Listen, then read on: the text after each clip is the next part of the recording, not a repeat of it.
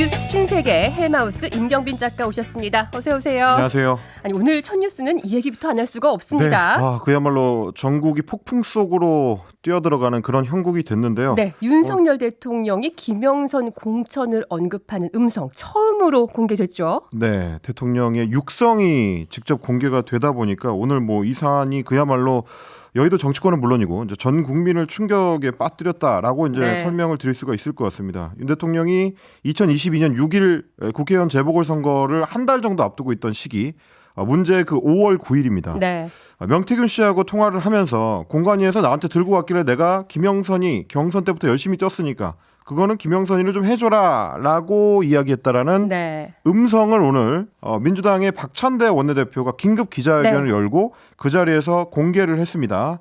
여기에 대해서 이제 명태균 씨가 진짜 평생 은혜를 잊지 않겠습니다. 고맙습니다라고 답변하는 내용까지 들어있는데요. 네. 녹취를 좀 직접 들려드릴 텐데 네. 이게 음성이 좀 재녹음된 거다 보니까 녹취 음질이 그렇게 깔끔하진 않습니다. 그렇죠. 잠깐 설명을 해드리면 명태균 씨가 누군가에게 대화를 하면서 네, 자신이 윤석열 대통령과 통화했던 걸 들려준 거잖아요. 그렇습니다. 그래서 음질이 좋지는 않습니다. 한번 일종의 액자식 그렇죠. 구성이라고 할 수 있는. 들어볼까요?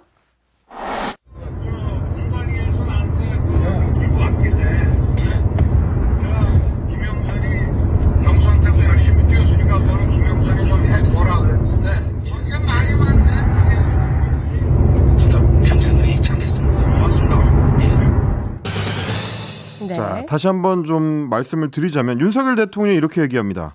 공관위에서 나한테 들고 왔길래 내가 김영선이 경선 때부터 열심히 뛰었으니까 그거는 김영선이를 좀 해줘라 그랬는데 말이 맞네 당해서 네. 라고 이야기를 하고요. 그랬더니 이제 명태균 씨가 진짜 평생 은혜 잊지 않겠습니다. 고맙습니다. 라고 이제 사살을 하는 그런 대목입니다. 그러니까 공관위, 공천관리위원회에서 나한테 들고 왔다. 그러니까 저 공천 명단을 갖고 아마도 이제 왔다고 공천과 추정이 되죠. 관련된 걸 들고 왔겠죠. 네. 그리고 나서 윤석열 대통령이 김영선 전 의원이 경선 때부터 고생을 많이 했으니까 그 공천을 김영선을 좀 줘라 네. 라고 이야기를 했다는 내용인데 이 자세한 어떤 내용에 대해서는 명태균 씨가 그 녹취를 틀어주는 자리에서 제보자한테 직접 또 설명을 합니다. 네. 추가로 뭐라고 했었는지 명태균 씨의 이야기를 또 녹취를 한번 들어보시겠습니다. 네. 내가 평생 은혜 잊지 않겠습니다. 하니까 알았어. 내가 지금 했지? 지 마누라한테 그 말이야. 마누라가 딱 옆에서 그리고 바로 끊자마자 마누라 전화 왔어. 선생님 윤상현이한테 전화했습니다. 보안 유지하시고 내일 취임식에 꼭 오십시오. 이렇게 전화 끄는 거야. 사실 어떻게 보면 이제 이 내용이 조금 더 적나라하기 때문에 여기서도 좀 충격을 받으시는 분들이 있으실 텐데 그러니까 명태균 씨의 설명을 보자면 이런 겁니다. 명태균 씨가 윤석열 대통령하고 통화하는 그 순간에 그 자리에 통화하는 자리에 윤석열 대통령 당선인의 옆에 김건희 여사가 있었다는 거고요. 네. 명태균 씨 표현대로 하자면 지 마누라 그러니까 김건희 씨가 그 옆에서 아니 오빠 명 선생 그거 처리 안 했어? 명 선생이 아침에 이렇게 놀라서 전화 오게끔 만들고 오빠 대통령으로 자격이 있는 거야? 라고 김건희 여사가 말을 했다는 게 이제 명태균 씨의 전언입니다. 네. 그러니까 그만큼 이제 김건희 여사가 이 사안과 관련해서 상당히 좀 깊숙이 개입이 돼 있다라는 거고 이제 명태균 씨 표현대로 하자면 미적거리고 있는 대통령 당선인의 등을 떠밀었던 게 어떻게 보면 김건희 여사였던 걸로 보인다. 네. 이게 지금 이제 이런 주장에 담겨 있는 거고. 네, 조금 전에 저희가 들려드린 녹취가 지금 저희가 설명하는 거랑 조금 다른 부분이 나가긴 했거든요. 네. 하지만 연결되는 네, 부분입니다. 일부 부분입니다. 네. 그러고 나서 얼마나 말이 많은지 나는 분명히 했다고 마누라 보고 이야기하는 거야. 그러니까 옆에 있는 김건희 여사한테 아니 나는 분명히 얘기했다라고 또 해명을 하는 그런 부분을 이제 설명을 하고요. 추가로 또 명태균 씨가 뭐라고 하냐면 장관 앉혀 뭐 앉혀 하면서 아무것도 모르는데 이거 앉혀라 저거 앉혀라라고 김건희 여사가 이제 국정에 인사에 개입을 한 것 같은 내용을 또 이제 설명을 합니다. 네. 그랬는데 윤석열 대통령이 안 한 거야. 마누라 옆에서 했다고 변명하는 거예요. 그러니까 실제로는 안 해놓고 김건희 여사가 퇴근을 하니까 했다라고 변명을 한다. 이렇게 네. 명태균 씨는 그 상황을 이제 해석을 한 거고요. 그러면서 이제 내가 은혜를 잊지 않겠다고 했다. 그랬더니 이제 윤석열 대통령이 알았다라고 하고 이제 끊었다는 거고. 네. 그러고 나서 김건희 여사한테 다시 한번 전화가 와가지고 윤상현 당시 공천관리위원장한테 전화를 했다.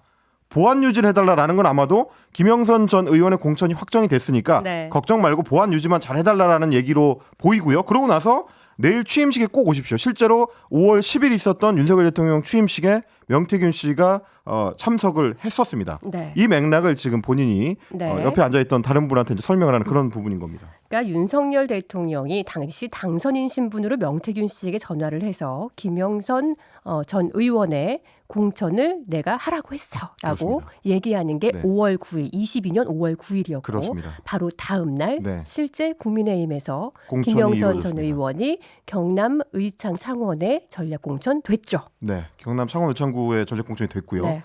이 부분은 이제 박찬대 원내대표가 좀 힘주어서 설명을 했습니다. 2022년 5월 10일에 국민의힘은 실제로 김영선 전 의원이 공천을 했다.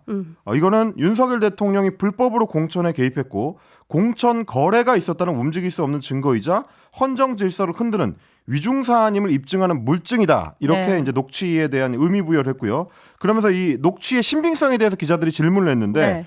오랫동안 이 내용을 가지고 준비를 해왔다. 라고 하면서 이제 당 내에서 전문가들이 검증을 끝낸 사안이다. 그리고 이제 법률 검토도 다 해서 법에 이 녹취를 공개하는 게 저촉되지 않는다라는 점도 네. 또 한번 강조를 했습니다. 제보를 받은 지 그러니까 시간이 좀 있었고 네. 충분히 검증을 할 시간을 들였다. 네, 라는 그렇습니다. 해석이겠죠. 그러니까 당내에서 이제 얘기를 들어보니까 한 2달 전, 그러니까 사실상 이 사안이 터져 나오기 시작한 시점부터 이미 이제 해당 녹취를 민주당에서는 확보를 하고 있었다라고 하고요. 이제 그 외에도 다른 녹취들을 상당수 확보하고 있다라는 설명도 네. 노정면 대변인이 덧붙였습니다. 그러니까 앞으로도 아마 명태균 씨하고는 김건희 여사나 윤석열 대통령과 관련된 추가 녹취가 공개될 수 있다. 이걸 이제 사실 예고한 상황이고요. 네. 그러면서 이제 박찬대 원내대표가 윤석열 정권의 국정은 없었다라고 선언을 했습니다. 대선 경선부터 본선에 이르기까지 취임 전부터 취임 후까지 사적 채널이 강력하게 작용한 뒷거래 정권의 추악한 민낯이라고까지 이제 평가를 하면서 네. 담담하게 당당하게 담대하게 국민과 함께 이 난관을 돌파하겠다라고 이야기를 했습니다. 그러니까 앞으로도 좀 더 강한 드라이브를 걸겠다라는 걸로 보이는 거고요. 네. 오늘 근데 민주당이 이 명태균 씨가 대화를 나눈 상대방이 누군지는 공개하지 않았죠. 공식적으로는 이제 그 제보자를 보호하기 위해서 공개하지 않겠다라고 했는데 CBS 노컷뉴스가 뭐 이 관련된 관계자를 그 취재를 해가지고 별도로 보도를 했습니다. 네. 김 씨가 이 김모 씨라는 인물인데 김영선 전 의원의 전직 운전기사 아마 이제 의원실에서 근무했던 걸로 보입니다. 네. 김모 씨라는 인물인데 김모 씨가 평소에 소지하고 있던 녹음기가 통화 녹음에 사용됐다라고 이제 들었다라는 거고 그리고 이제 김영선 의원 시절에 이제 보좌진으로 근무하면서 실제로는 명태균 씨의 운전기사 역할을 했었다라는 네. 거고 그러다 보니까 이제 녹음기를 소지하고 있으니까 여러 대화들이 이제 녹음이 됐을 거고요. 이번에 이제 소개해드린 이 녹음도 민주당에서 밝힌 이 녹음도 명태균 씨가 차량에서 재생하는 게 자연스럽게 녹음기에 재녹음이 된 네. 뭐 그런 맥락이라고 보시면 될 것 같습니다. 이 뭐 CBS에 밝힌 그 관계자에 따르면 김 씨가 녹음한 파일들이 민주당 측에 다수가 넘겨져 있다라는 네. 거다 보니까 그 외에도 이제 상당수의 녹취가 앞으로 더 공개될 수가 있는 그런 맥락들이 좀 있는 것 같습니다. 그렇군요. 뭐 그리고 이제 또 한 가지 의미를 짚자면 명태균 씨 입장에서는 그동안에 여러 매체들하고 인터뷰를 하면서 본인이 갖고 있는 중요한 녹취들, 특히 대통령과 관련된 녹취를 일종의 이제 인질 삼아서 뭐 대통령실이나 혹은 이제 검찰 쪽에 협박하는 듯한 말을 많이 해왔었거든요. 그렇죠. 검찰 수사 대상인데 자신을 그렇습니다. 구속하면은 뭐 계속해서 새로운 게 나올 것이다. 그렇습니다. 이런 뭐 다 터뜨리고 협박성 가겠다. 발언도 하고 그렇죠. 뭐 이런 얘기를 이제 JTBC 기자하고의 만나면서 얘기하기도 했었는데 네.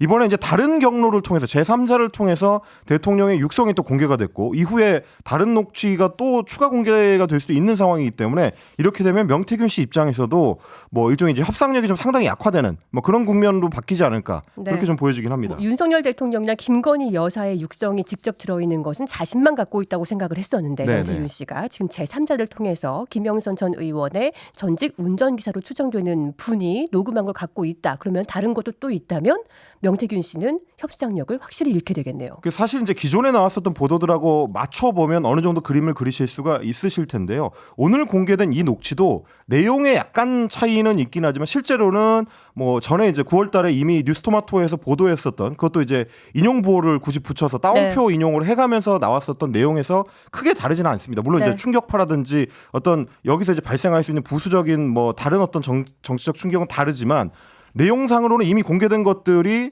녹취를 통해서 확인되는 과정이기 때문에 뭐 김건희 여사와 관련된 녹취 내용도 이미 여러 매체를 통해서 그 추가 내용들이 이제 보도가 된 바가 있습니다. 네. 그렇다라는 얘기는 그 녹취가 어딘가에 누군가가 이미 확보하고 있을 가능성이 있고요. 명태균 씨가 공개 여부를 결정하든지 말든지 그거랑 상관없이 보도가 되거나 민주당을 통해서 공개될 가능성이 있다. 사실 이런 것도 보셔야 될 명태균 것 씨가 같습니다. 그간의 자신의 어떤 육성이 나오는 거에 대해서 강혜경 씨와의 대화 녹음이 나올 때마다 뭐 자신이 이거 사실이 해당되지 않는다라고 거짓이라고 그렇습니다. 또는 나의 허풍이었다고 네. 발언한 적이 있었거든요. 근데 저도 기억나요. 뉴스토마토가 보도했던 게 이 명태균 씨가 강혜경 씨한테 뭐 끝났어. 네. 대통령은 김영선이래. 네, 라고 했던 보도가 기억이 납니다. 그렇습니다. 그때도 이게 허풍이다라고 좀 발언하는 뭐 여당 쪽도 그렇고 네. 명태균 씨도 그렇게 얘기를 했었는데 허풍이 아니었다는 게 윤석열 대통령의 오늘 드러난 육성으로 증명이 된 겁니다. 확인이 된 셈입니다.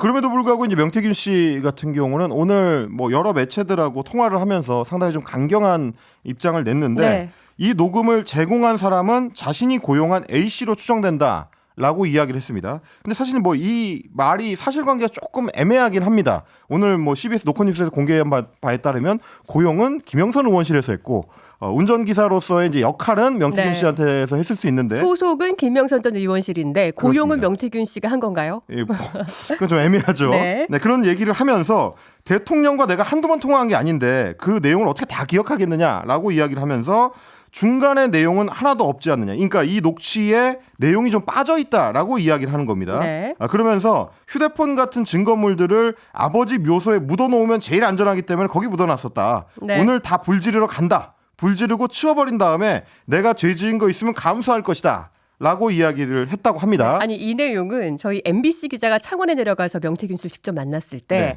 그때가 김건희 씨와 나눈 카톡을 공개했을 시점이었거든요. 아, 그 네네. 오빠 논란이 됐었던 네. 친오빠냐 네. 남편이냐 논란이 네. 있었던 그때 다른 것들도 카톡이 있느냐 했더니 그거 아버지 산소에 묻어놨어 네네. 라고 했었는데 네. 그거 지금 불태워버리겠다고 했다는 건가요? 네, 그런 얘기를 한 겁니다. 뭐 CBS 김현정의 뉴스쇼 제작진하고 네. 통화에서도 그 불태우겠다는 얘기를 네. 했고요. TV조선하고 통화를 할 때도 역시 아버지 산소에 묻어놨는데 불태우겠다라는 얘기를 했거든요. 그런데 이제 TV조선하고 통화 내용 보니까 그 녹취는 A 씨가 일부만 녹음을 한 거다. 일부가 잘려나가서 녹음을 다 하지 못한 것이고 네. 잘린 내용이 뭐냐라고 TV조선 기자가 물어봤더니 네. 당에서 다 알아서 하겠다라는 그 대통령의 그 말이 이제 덧붙여져 있었는데 그 내용은 녹취가 안 됐다라는 얘기입니다. 그러니까 윤석열 대통령이 공관위에서 나한테 들고 왔길래 내가 김영선이를 좀 해줘라 그랬는데 말이 맞네 당에서까지 공개됐는 건데 네. 명태균 씨의 말에 따르면 그 뒤에 대통령이 근데 뭐 당에서 알아서 하는 거지. 당에서 알아서 하는 거지. 그러니까 윤석열 대통령이 당시 실제로 공천에 개입하지 않았다는 어떤 출구를 열어주는 듯한 해명을 한 거네요. 그렇습니다. 해명 자체는 그런데 뭐 물론 이제 기자들 입장에서 봤을 때는 그런 내용이 있으면 공개를 하면 될 텐데 그렇죠. 굳이 이제 본인이 그렇게 얘기하는 걸로 충분히 해명이 될 것 같지는 않다. 왜냐하면 대화의 어떤 맥락이나 정황을 봤을 때는 그런 내용을 덧붙였다면 평생 은혜를 잊지 않겠다라고 말할 정도의 고마움을 표시할 수 있을까? 그리고 나서 통화 녹취의 상대자한테 저런 설명을 덧붙일 수 있었을 거라는 게 되기 때문에요. 네, 아니 모든 걸 차치하더라도 네. 물론 이 제3자와의 대화 속에서 내가 갖고 있던 녹취를 들려준 거였기 때문에 윤석열 대통령의 당시 발언을 모두 다 들려주지 않았을 수 있죠. 당연히 뒤에 그렇습니다. 다른 말이 있었겠죠. 하지만 이게 정말이라면 그걸 들려주면 되는 거 아닙니까? 그렇죠. 실제 이런 말을 윤석열 대통령이 했다면 이 말까지 공개하면 되는 게 그렇습니다. 아닐까 싶습니다. 불태우기 전에 그것만이라도 좀 공개를 했으면 좋겠다는 생각이 드는데 네. 어쨌든 대통령실은 좀 상당히 당혹스러운 모습이었습니다. 네. 오늘 이 녹취가 공개되고 나서 윤석열 대통령이 정진석 비서실장을 비롯해서 핵심 참모진 10여 명하고 긴급 오찬회동을 하면서 대응책을 논의했다. 이렇게 이제 알려져 있고요. 네. 그러면서 추가로 대통령실이 이제 입장을 밝혔습니다. 윤석열 당시 당선인이 국민의힘 공천관리위원회로부터 공천 관련 보고를 받은 적도 없고 그리고 또 공천을 지시한 적도 없다라고 네. 강조를 하면서 그 당시 공천의 결정권자는 이준석 당대표와 윤상현 공천관리위원장이었다. 네. 그리고 이제 민주당이 공개한 윤 대통령과 명 씨의 통화 내용 특별히 기억에 남을 정도로 중요한 내용이 아니었다. 이게 아마 대통령의 이야기인 것 같습니다. 네. 난 잘 기억이 안 난다라는 취지의 이제 설명이고, 그리고 명태균 씨가 김영선 후보 공천을 계속 얘기를 하니까 그저 좋게 이야기한 것일 뿐이다라는 게 대통령의 설명이었습니다. 그런데 이렇게 되면 그러니까 공천 얘기를 계속 하길래 그냥 듣기 좋으라고 한 얘기다라고 이야기를 하게 되면 대통령이라는 분이 이제 내일 취임식을 가질 대통령 그 당선인이 네. 축하 전화를 걸어온 사람한테 거짓말을 했다.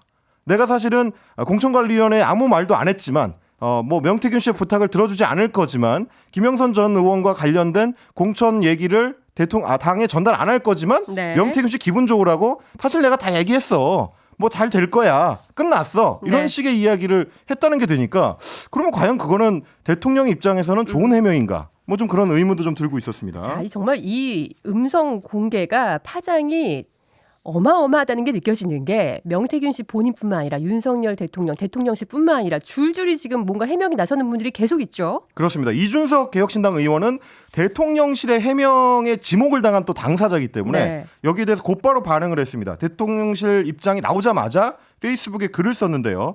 지금 상황에서 이렇게 변명을 하다니 말미잘도 이것보다는 잘 대응할 것이다 라고 대통령실에 네. 이제 비판을 하면서 2022년 6월 재보궐선거 당시에는 대표였던 본인이 최고 결정권자가 아니었다는 취지로 해명을 했습니다. 네. 이것도 저는 잘 이해는 안 가는데요. 뭐라고 이야기를 했냐면 용산에서 기자들한테 돌리면서 주절주절 첨부한 이준석 페이스북 내용은 이준석이 이준석에 대해서 해명한 것이다. 네. 그러니까 당신들 해명은 스스로 해라. 그러니까 후보 측 관계자한테 이런 내용을 전달하는지도 몰랐고 공관위에서 대통령이 보고를 받는지도 몰랐다. 그 해명은 니들이 해야 된다. 라고까지 네. 이야기를 했습니다. 하지만 이준석 의원이 지난달 20일에 페이스북에 쓴 글을 보면 보궐선거 공천은 전적으로 공관위의 일이다. 본인이 얘기했습니다. 네. 그러면서 김영선 후보는 지역 주민에게 어필하기 강한 후보로 판단을 했다. 그래서 공천관리위원장인 윤상현 의원과 대표였던 본인이 이 판단과 결정의 주체다라고 페이스북에서 그런 취재로 이야기를 했었던 거거든요. 그리고 전략공천 할 만한 사람을 한 거였다라고 설명을 한 거죠. 그렇습니다. 그랬는데 오늘 MBC에 출연해가지고는 제가 최고 결정권자였으면 자를 사람 많았다라고 네. 이야기를 하면서 마치 그 공천의 최고 결정권자가 아니었던 것처럼 또 설명을 합니다. 네. 그러면서 명 씨가 김 전 의원 공천 받기 위해서 여기저기 전화하고 노력했던 건 사실이고 저한테도 문의를 했었는데 윤 대통령이라면 그럴 수 있는 사람이다. 그런데 적어도 내가 인지할 수 있는 상황에서는 확답하기가 어렵다라고 이야기를 했는데 네. 뭐 아시다시피 이제 정당에서 하는 공천이라는 거는 최종적으로 공천장에 당대표의 직인이 찍혀서 나가야 됩니다. 그렇죠. 그럼 최종 결정권자라고 할 수 있는 당대표가 공천이 어떻게 돌아가는지를 전혀 몰랐다. 김영선이라는 사람이 어떤 과정을 거쳐서 최종 공천을 받게 됐는지를 몰랐다는 해명인데 결국 이제 이준석 대표 입장에서는 두 가지 선택지밖에 안 남은 거죠. 두 가지. 이 사안에 공범이 되거나 네. 혹은 아무것도 모르는 바지 대표였다고 인정을 하거나 네. 지금 이준석 대표는 바지 대표 쪽을 선택하는 것 같습니다. 사실 당대표였던 건 맞지만 당시 윤석열 대통령과 사이가 좀 안 좋았었고 사실 또 당선인의 힘이라는 건 어마어마하죠. 그렇죠. 사실은 그렇죠. 친윤계 의원들이 그 권세를 등에 업을 수밖에 없는 상황이긴 했으나 그럼에도 불구하고 당시 당대표였기 때문에 이게 해명이 과연 될까 두고 봐야 될 것 같고요. 윤상현 의원의 해명까지만 전해드리겠습니다. 네. 자, 공관위에서 그걸 대통령 당선인한테 가져가서 보고하는 게 상식적으로 말이 안 된다. 저는 100% 가져간 적이 없다 이렇게 얘기했습니다. 본인은 가져간 적이 없다라는 거고요. 그럼 누굴까요? 공관위원 중에 그럴 가능성이 있을 수도 있겠으나 네. 저는 그렇게 했을 거라고 보지 않는다. 네. 라고 이야기를 했습니다. 와, 시간이 너무 짧습니다. 여기까지 하겠습니다. 임경빈 작가였습니다. 고맙습니다. 감사합니다.